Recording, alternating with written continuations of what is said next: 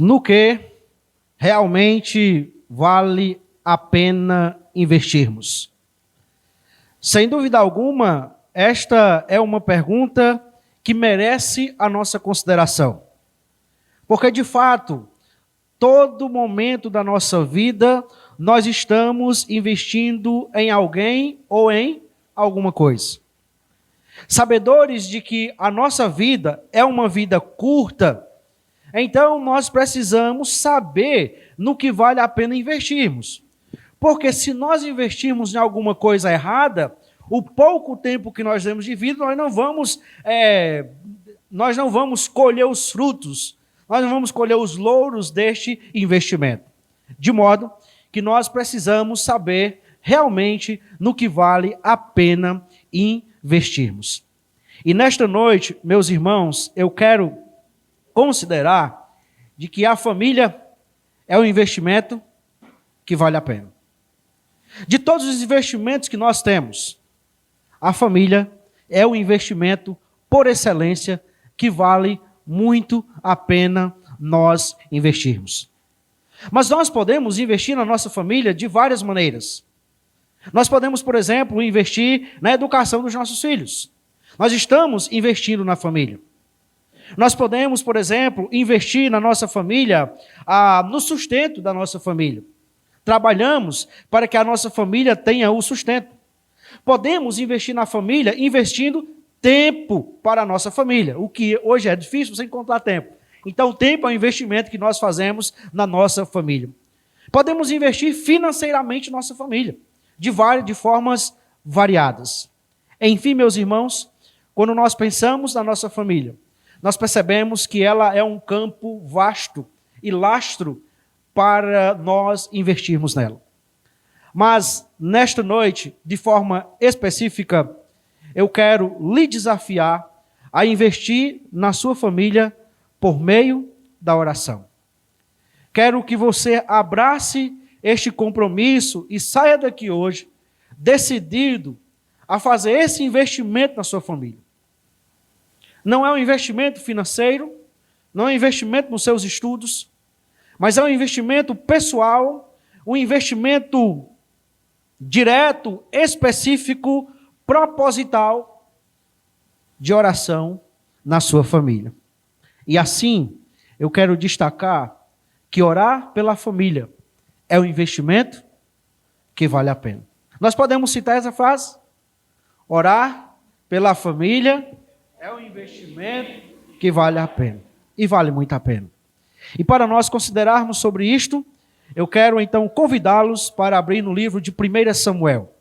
E nós leremos 2 versículos ali, verso de número 11 e verso de número 12. Diferentemente das outras vezes em que nós estamos pensando num texto e expondo o texto, versículo por versículo, nesta noite nós faremos um pouco diferente para abordarmos esse tema. Então note, orar pela família é um investimento que vale a pena. 1 Samuel, capítulo 1, verso 11 e 12.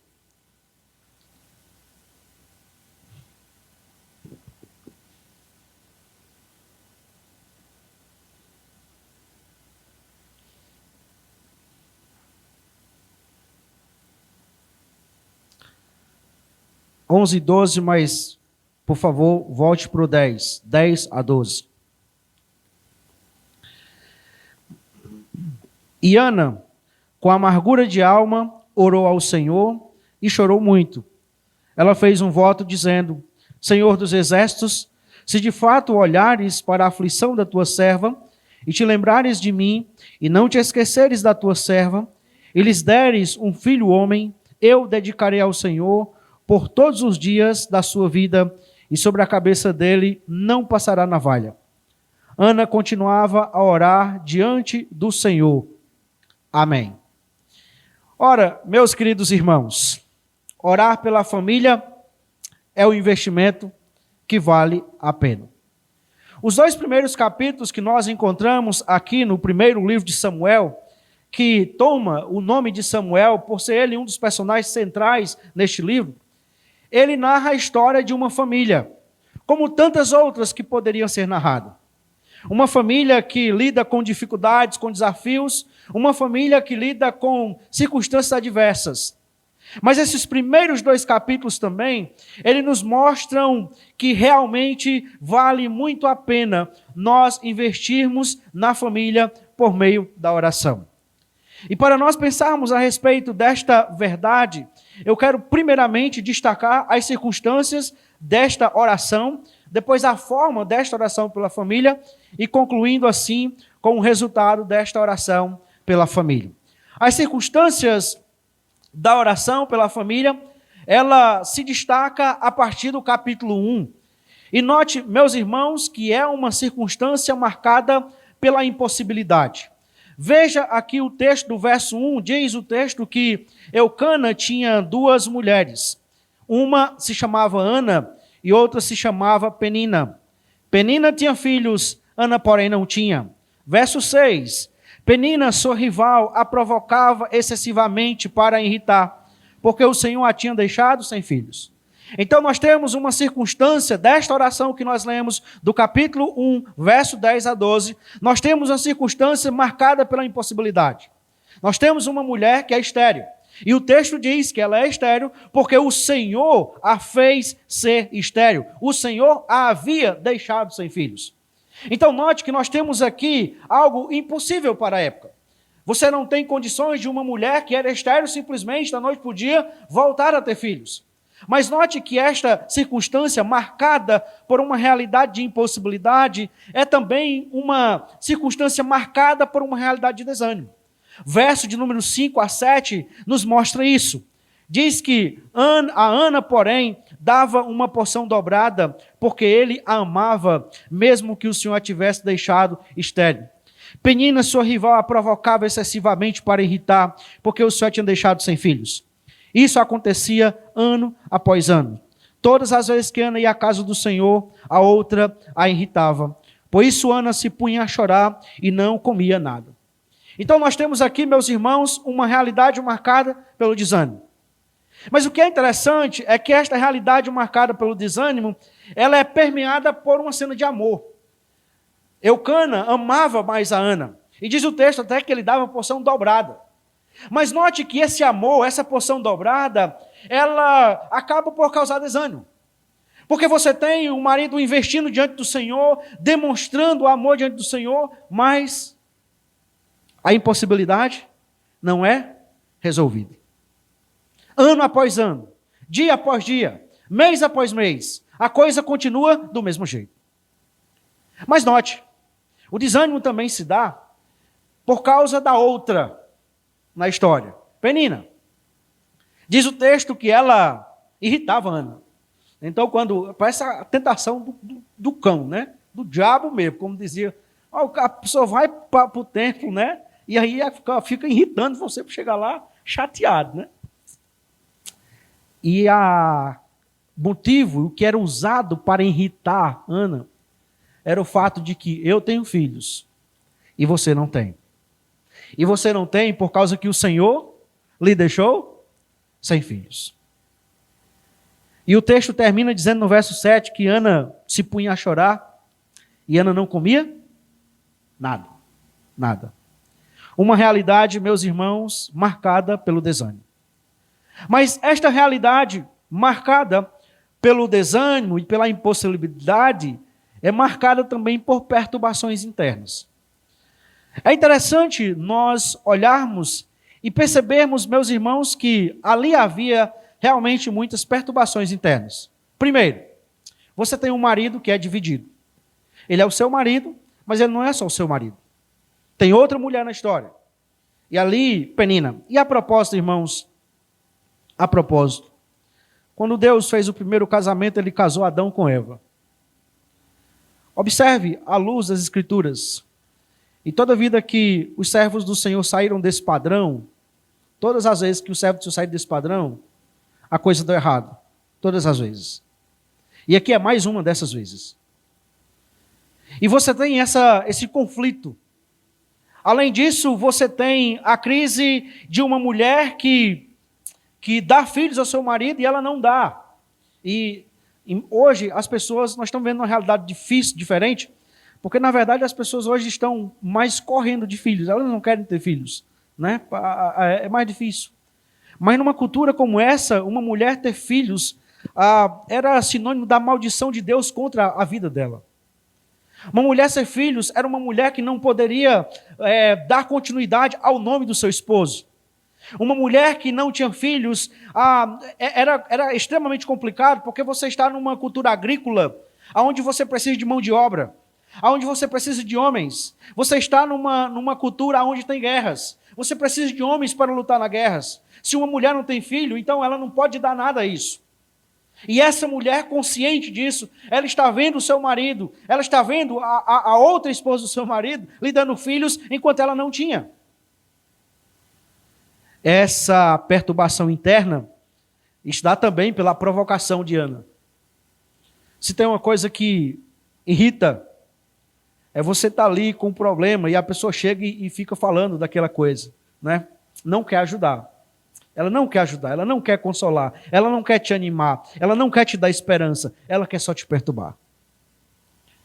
Note, meus irmãos, de que esta realidade marcada pela impossibilidade, é marcada pela impossibilidade, pelo desânimo, pelas perturbações internas, mas é marcada também pela insatisfação. Ana é uma mulher insatisfeita. E é compreensível a insatisfação de Ana com toda a realidade dela. Por tudo que eu já mencionei aqui. Mas essa insatisfação chega ao ponto de, olha, ela não quer comer, verso 8, Eucana chega, Ana, por que você está chorando? Por que você não quer comer? Por que você está triste? Será que eu não sou melhor para você do que 10 filhos? Mas mesmo uma pessoa que era melhor para Ana do que 10 filhos, não satisfazia o coração de Ana. Impossibilidade, desânimo, perturbações internas, insatisfação. Eu não sei qual é a sua realidade de família nesse exato momento. Mas talvez as circunstâncias que lhe cercam são exatamente essa daqui. Circunstâncias marcadas por impossibilidades. Que você olha para a coisa e você diz, aqui não tem jeito. Já tentei resolver de um jeito, já tentei resolver de um lado, já tentei resolver de outro. Talvez seja um problema de relacionamento com o seu pai, com a sua mãe, com o seu irmão. Talvez seja outra coisa qualquer e você já tentou resolver de um lado, de um outro, mas não dá certo. Talvez seja marcado pelo desânimo. Porque quando nós tentamos resolver uma coisa uma vez, 2 vezes, 3 vezes, então vem um abatimento, vem um desânimo. Não vai resolver, não vai dar certo. E isso gera, então, em nós perturbações internas, que nos inquietam, que faz com que, muitas vezes, nós ficarmos pensando como é que vai ser, aonde é que vai ser, como é que vai desenrolar a coisa, e aí isso vai tomando a nossa mente, o nosso coração, e nós somos dominados por essas perturbações, e podemos chegar até o ponto de chegarmos a estar insatisfeitos. Ora, Deus não está resolvendo. Deus pode resolver isso daqui, mas Deus não está resolvendo. Então por que eu continuo lá? Por que eu continuo servindo o Senhor? Por que eu devo continuar lá? Talvez a sua realidade, as circunstâncias da oração que você precisa investir na sua família, seja exatamente essa daqui. Mas veja, diante de circunstâncias tão adversas, o que é que Ana faz? O texto diz que Ana vai orar. Meus irmãos, orar pela família é um investimento que vale a pena. Mesmo quando as circunstâncias, elas são essas daqui. Mesmo quando as circunstâncias bradam na nossa porta e falem mais alto, talvez, até do que a nossa oração. Mesmo que a circunstância diga, olha, já não deu, já acabou, já não tem mais o que fazer. Ora, aí nós precisamos investir mais tempo em oração. Porque no final das contas, a oração é um investimento que vale a pena na vida da nossa família. Chegamos então para a forma da oração. E o texto continua. E o verso de número 7 diz que ela está chorando. Verso de número 8 é novamente reafirmado isso. E verso de número 10 diz que certa vez, após terem comido e bebido em Siló, Ana se levantou, quando o sacerdote Eli estava sentado em sua cadeira, junto ao pilar do templo do Senhor, e Ana, com amargura de alma, orou ao Senhor e chorou muito. Eu quero chamar sua atenção para isso. Nós temos uma mulher que tem consciência de que as suas circunstâncias são circunstâncias absolutamente diversas. Absolutamente. Nós temos uma mulher, nós temos uma mãe, assim por dizer, posteriormente será, que ela lida com esta realidade aqui. De que em algum momento, em alguma situação, ela está insatisfeita, assim, ela está insatisfeita com a vida. Ela está insatisfeita com as circunstâncias. E talvez ela nutrisse algum tipo de insatisfação contra Deus. Mas ela então vai e ora. Ela então vai e ora. Porque ela nos ensina que orar pela família é um investimento que vale a pena. Agora veja a forma. Esta forma é uma forma sofrida. É uma oração sofrida. É uma oração regada a lágrimas. Desde o verso 7 diz isso. Mas no verso 10 diz que é uma oração regada a lágrimas com amargura de alma. Com uma tristeza que consome toda a sua vida. Por uma tristeza que consome toda a sua força. Mas apesar disso, ela continua orando. É uma oração sofrida, mas ela continua orando. Mas é uma oração também de uma pessoa que entende qual é a sua condição. É uma oração humilde. Ela chega diante do Senhor e ela usa exatamente essa expressão, Senhor dos Exércitos. Ao fazer isso, ela está se colocando na posição de uma serva. Ela está se colocando numa posição abaixo, ela não está falando de uma pessoa igual. E eu quero salientar isso porque ela vem sofrendo. Há quantos anos Ana não vem sofrendo?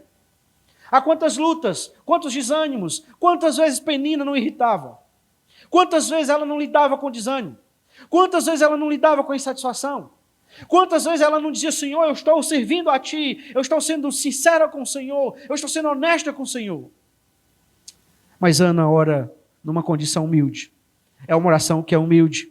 Mas note, meus irmãos, o verso se segue, e aí diz o verso 12, né, que, e diante, diz que a oração de Ana é demorada, né? Quando está ali no verso de número 12, continuava a orar diante do Senhor, o sacerdote ali começou a movimentar o movimento dos lábios dela, porque Ana só falava em seu coração, os seus lábios se moviam, porém não ouvia nenhuma, por isso Eli pensou que ela estava embriagada. E então ela vai dizendo, olha, eu me demorei nesta oração aqui. Ana demora na sua oração. Ela está diante do Senhor, ela abre o seu coração diante do Senhor, você tem uma oração regada com lágrimas diante do Senhor, mas ela demora ali. Ela gasta tempo com o Senhor. É uma oração sofrida, é uma oração humilde, é uma oração demorada, mas é também uma oração silenciosa. O texto diz que ali só vê o movimento dos seus lábios, se movia, mas não ouvia voz nenhuma. Aqui, meus irmãos, é uma luta, é uma oração sofrida porque é uma luta. É uma luta com Deus. E como é difícil nós lutarmos com Deus, especialmente quando envolve pessoas que nós amamos, ou a pessoa próxima de nós. Como é difícil nós lutarmos com Deus quando nós chegamos nessa condição. Mas Ana está ali orando de forma silenciosa. De forma silenciosa. Mas o verso 11 diz também que Ana ora de forma específica. Os irmãos que têm chegado aqui na quarta-feira, nós estávamos vendo Salmos, e uma das coisas que eu sempre tenho enfatizado é que nós precisamos ser específicos na nossa oração. Nós chegarmos diante de Deus e abrir o nosso coração e dizer o que é que nós queremos. E de forma clara, real. Ana faz isso. O texto diz que ela chega e diz, Senhor dos Exércitos, se de fato olhares para a aflição da tua serva e te lembrares de mim e não esqueceres da tua serva e lhes deres um filho, homem. Ana é bem específica. Olha, Senhor, eu peço que o Senhor lembre de mim. Que o Senhor lembre da minha aflição, da minha condição. E que o Senhor me dê um filho, homem. Ela é específica na sua oração. Se o que afligia Ana era a falta de um filho, homem, ela chega para o Senhor e ela pede exatamente um filho homem. Mas veja, é uma oração com um propósito maior. O texto diz que ela diz, verso número 11, eu o dedicarei ao Senhor por todos os dias da sua vida, e sobre a cabeça dele não passará navalha. Ana está orando ao Senhor. E note, a forma da sua oração é uma oração sofrida, mas é uma oração humilde. É uma oração demorada, silenciosa, específica, mas com um propósito maior. O que Ana queria não era um filho só para dizer, agora eu posso chegar dentro de Penina e dizer, olha aqui, ó, está aqui o filho que o Senhor me deu. O que Ana queria não era só um filho para ela sair na rua e dizer assim, olha, o Senhor se lembrou de mim. Aqui meu filho homem. Se alguém vier contra mim, contra a minha família, está aqui um varão que pode se levantar e nos defender. Agora nós temos um varão que pode se esforçar e ajudar no sustento da família. Ana não pensava assim. Ela ora ao Senhor, mas ela ora com um propósito maior. As circunstâncias da oração são colocadas, a forma da oração é especificada, e agora nós perceberemos os resultados da oração.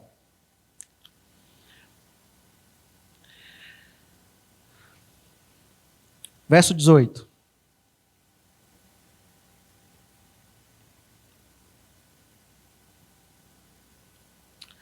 Ana respondeu, que eu possa encontrar favor aos seus olhos. Então ela seguiu o seu caminho, comeu alguma coisa, e o seu semblante já não era triste. Eu quero só considerar com você algumas questões quando nós pensamos no resultado da oração. Quando nós lemos o texto, e eu tenho até falado isso com os irmãos em Atos, quando nós lemos texto narrativo, como é que nós imaginamos a coisa? Ana foi para o templo, Penina irritava ela, Ana ficou muito triste, o marido falou com ela.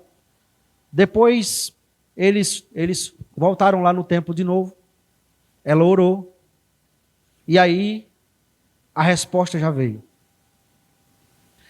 Mas você calcula que nesse capítulo 1 nós temos vários anos. Nós temos pelo menos, nós temos aqui 9 meses, que é o nascimento de um filho de Penina. Pelo menos. Mas talvez tivesse mais tempo do que isso. Eu estou chamando a sua atenção porque investimento leva tempo. Investimento leva tempo. Nós não podemos nos iludir, achar que a gente vai tirar um dia, uma semana orando por nossa família e esperamos que já no outro dia venha a resposta. Pode ser que venha. Pode ser que venha. Mas pode ser que leve 9 meses. Pode ser que leve 5 anos. Pode ser que leve 10 anos. Pode ser que leve 20 anos. Mas nós somos desafiados a mesmo, ainda que seja os 20 anos, a nós continuar investindo em oração na nossa família. Os resultados vão chegar. Os resultados vão chegar. O primeiro resultado, meus irmãos, é que a oração de Ana expulsou a aflição. O texto diz que depois que ela voltou dali, e meus irmãos, eu quero chamar a sua atenção disso aqui. Ela volta dali e Deus não fala com ela ali. Deus não diz para Ana, Ana, vai para casa, Ana. Vai para casa que quando for amanhã, eu vou abrir o teu ventre e você vai engravidar. Vai para casa, Ana. Fica tranquila. Ana, descansa. Descansa porque eu já estou cuidando de tudo. Deus não fala com Ana. Mas Ana chega para Deus, abre o seu coração, ela ora ao Senhor com toda a sua alma, com toda a amargura da sua alma, ela chora diante do Senhor, ela clama ao Senhor, e ela então termina a oração, ela é abordada por Eli, de uma forma insensata também, mas Eli, ao final das contas, diz, vai em paz, e que o Deus de Israel lhe conceda o que você pediu, e Ana então, ela desce, dizendo, agora note que Ana tem esperança aqui, que eu possa encontrar favor aos seus olhos. E ela vai então, segue caminho, comeu alguma coisa, e o seu semblante já não era mais? A aflição não está ali mais. Não está ali mais. Mas deixa eu te perguntar, o que estava causando a aflição de Ana ainda está ali? Ana, nesse ponto aqui, ainda é uma mulher estéril? É. Mas ela desce tranquila. Ela desce tranquila. Quando nós oramos pela família, nós oramos diante do Senhor, derramamos nosso coração, meus irmãos, o que nos causa aflição está lá ainda. Está lá. Mas agora, nós nos livramos desta aflição. Nós temos paz. E paz não é a ausência de aflição, mas paz é uma condição que nós temos mesmo em meio à aflição. A oração expulsou a aflição. A oração expulsou a insatisfação. Você não encontra mais Ana aqui se lamentando, nem para o Senhor, nem para Eli. Não se encontra mais Ana aqui se lamentando com insatisfação com Eucana. Diz o texto que ela está alegre. Ela se alimenta. Ela desce. Ela vai embora. E então, meus irmãos, o Senhor abençoa Ana com um filho. O texto é muito maravilhoso. Verso 19. Eles se levantaram de madrugada e adoraram diante do Senhor. Depois voltaram para casa em Ramá. Eucana teve relações com Ana, sua mulher, e o Senhor se lembrou dela. Ana ficou grávida e, passado o devido tempo, teve um filho, a quem deu o nome de Samuel, pois dizia: do Senhor o pedi. Interessante isso daqui. Muito interessante. Porque nós encontramos o texto dizendo que Ana e o seu esposo oraram ao Senhor, eles tiveram relações, e então o Senhor se lembrou de Ana. Quantas vezes Ana e Eucana não adoraram o Senhor? E adoração aqui envolve oração. Quantas vezes Ana e Eucana tiveram relações na esperança de que naquele dia pudesse então Deus abrir o ventre de Ana e pudesse ter um filho? Mas hoje foi o dia em que Deus decidiu então abrir a madre de Ana e decidiu então dar um filho, e ela então ficou grávida e ela pôs o nome então Samuel. O Senhor o abençoou com um filho.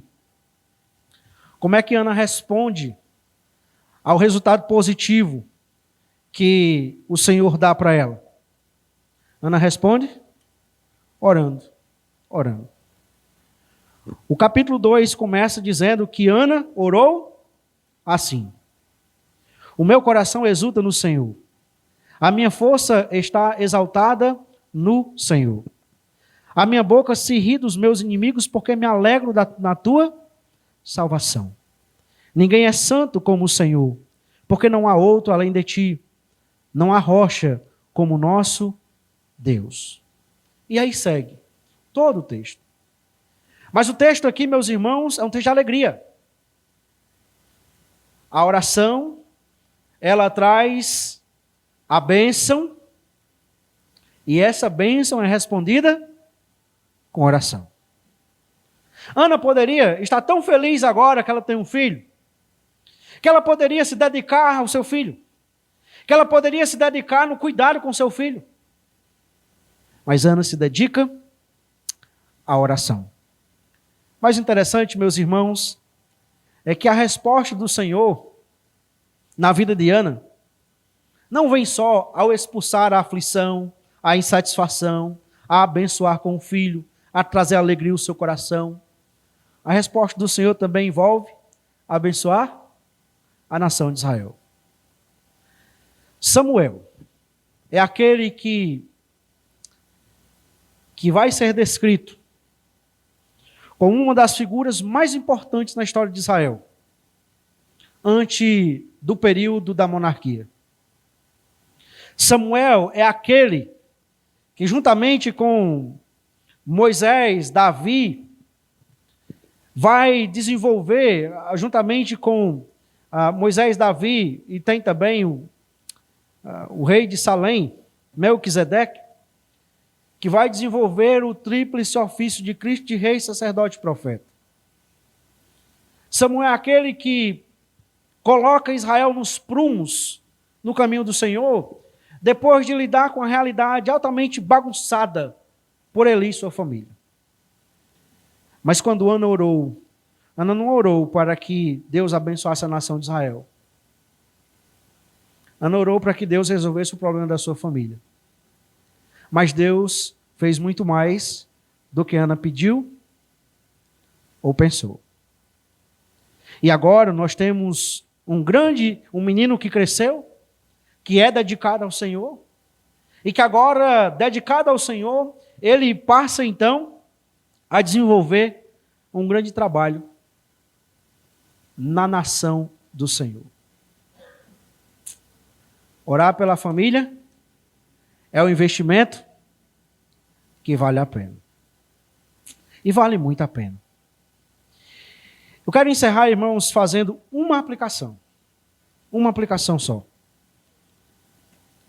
E esta aplicação é a seguinte: diante das realidades difíceis na família, o caminho para a solução é a oração. Lembra disso. Talvez você até tenha liberdade de se abrir com alguém, de chegar lá e abrir o seu coração, demonstrando o quão angustiado está o teu coração. Talvez você busque ajuda de alguém. Todas essas coisas são boas, têm a sua validade. Mas lembre disso. O caminho para a solução das realidades difíceis na família é a oração. Se nós buscarmos ajuda, se nós tivermos um amigo do peito, mas se nós não orarmos, se nós não investirmos em oração, não dá, não vai, não funciona. E para que você seja motivado a investir de forma específica na sua família por meio da oração, eu quero te deixar 3 textos aqui, para que você, ao lembrar deles, você possa lembrar também. Por mais que as realidades sejam difíceis, eu preciso continuar orando, porque o caminho para a solução das realidades difíceis é a oração. O primeiro deles, Salmo 50:15. Clama a mim no dia da angústia, e eu o livrarei, e o Senhor me honrará.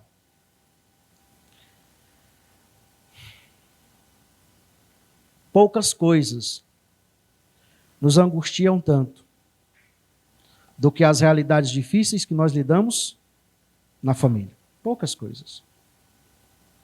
Mas o que é que o Senhor está dizendo?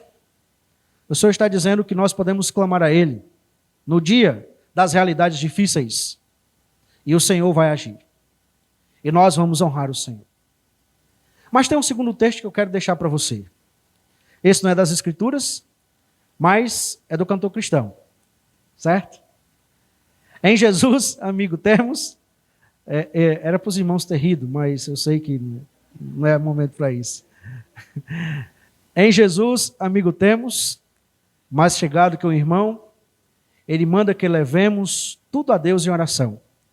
Ó que paz perdemos sempre, ó que dor no coração, só porque nós não levamos tudo a Deus em oração. Mas tem um terceiro texto. Venham a mim, todos os que estáis cansados e sobrecarregados, e eu lhes darei descanso. Tomem sobre vocês o meu jugo e aprendam de mim, pois sou manso e humilde de coração, e vocês encontrarão descanso nas suas almas. Quem foi que disse isso? Jesus. Jesus disse isso para quem? Para os seus discípulos. Para os seus discípulos. Nós somos chamados a ir a Jesus. E honestamente, irmãos, honestamente, tem coisas, as dificuldades que nós enfrentamos na nossa família, elas nos deixam cansados, e sobrecarregados. Você está com um problema na sua família, você não consegue adorar direito, você não consegue trabalhar direito, você não tem nem para andar direito, para nada. Mas o que é que Jesus diz? Venham a mim, venham a mim.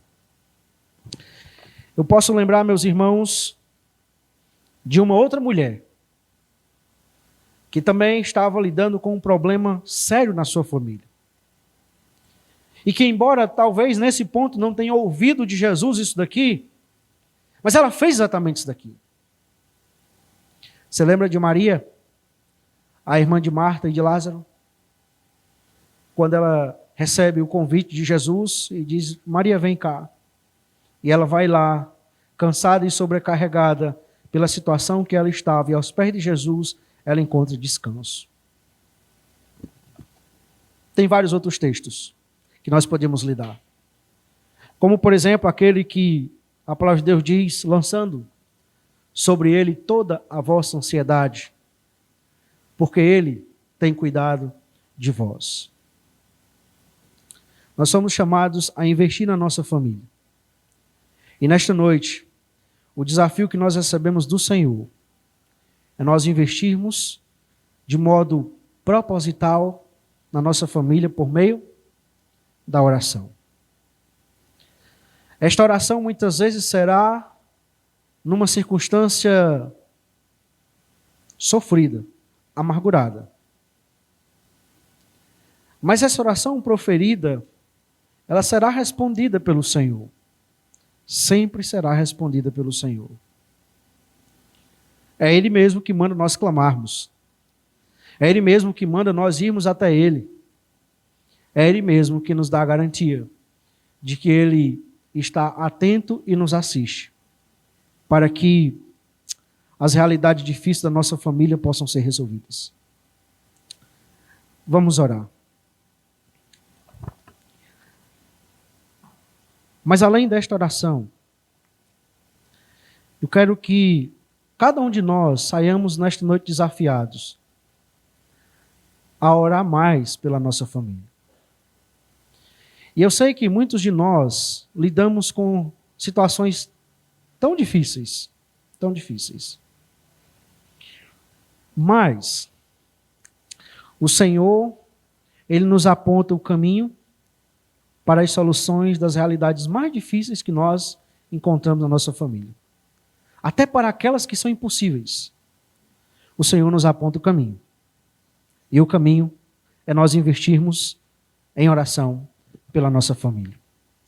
Então saia desafiado esta noite a orar mais pela sua família. Senhor, nós queremos em nome de Jesus te agradecer, porque o Senhor nos deu uma família. Uma família que muitas vezes é imperfeita, mas de fato todos nós somos imperfeitos.